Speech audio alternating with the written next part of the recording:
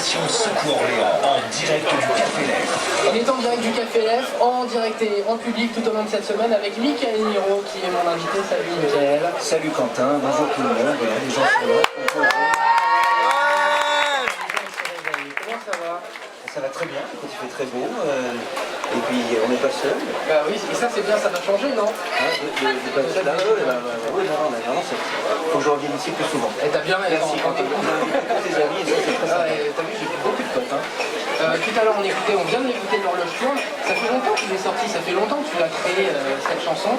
Est-ce que tu croyais encore franchement au-dessus? Non, alors quand tu écris des chansons, tu penses pas vraiment à ça. Tu n'intellectualises pas trop, c'est-à-dire pour ça que l'album s'appelle juste comme ça, parce que toutes ces chansons, surtout dans le premier album, sont écrites sans vraiment réfléchir. Ce sont des cris du cœur plus qu'autre chose. Et ensuite, si d'un coup les radios s'en emparent et que ensuite les gens se les approprient, etc., ben c'est ce qui devient complètement magique et incroyable. Parce que l'horloge tourne, tu l'as écrit il y a combien de temps? Ça fait des années.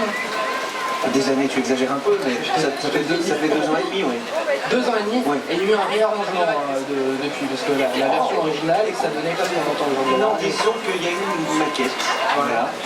Et que c'est dans la chambre, dans un petit studio quand même, non, attention, on faisait des choses sérieusement, même avant qu'il y ait une maison de disque. Et puis ensuite on s'est eu la maison de disque.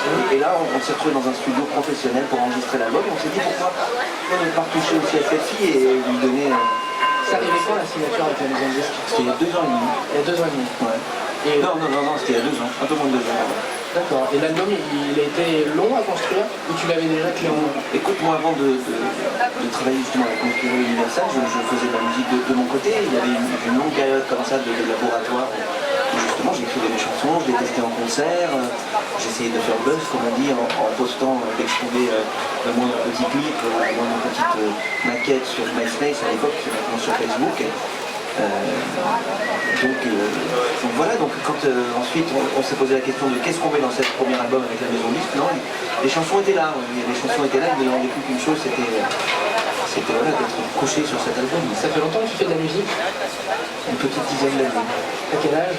32. 32 ans. D'accord, parce que moi j'ai lu... Et toi t'as quel âge toi? Moi j'ai 21 ans. Oh là là. Moi je suis tout jeune. On dirait pas. Alors à 21 ans dans ma chanson, il faut réfléchir.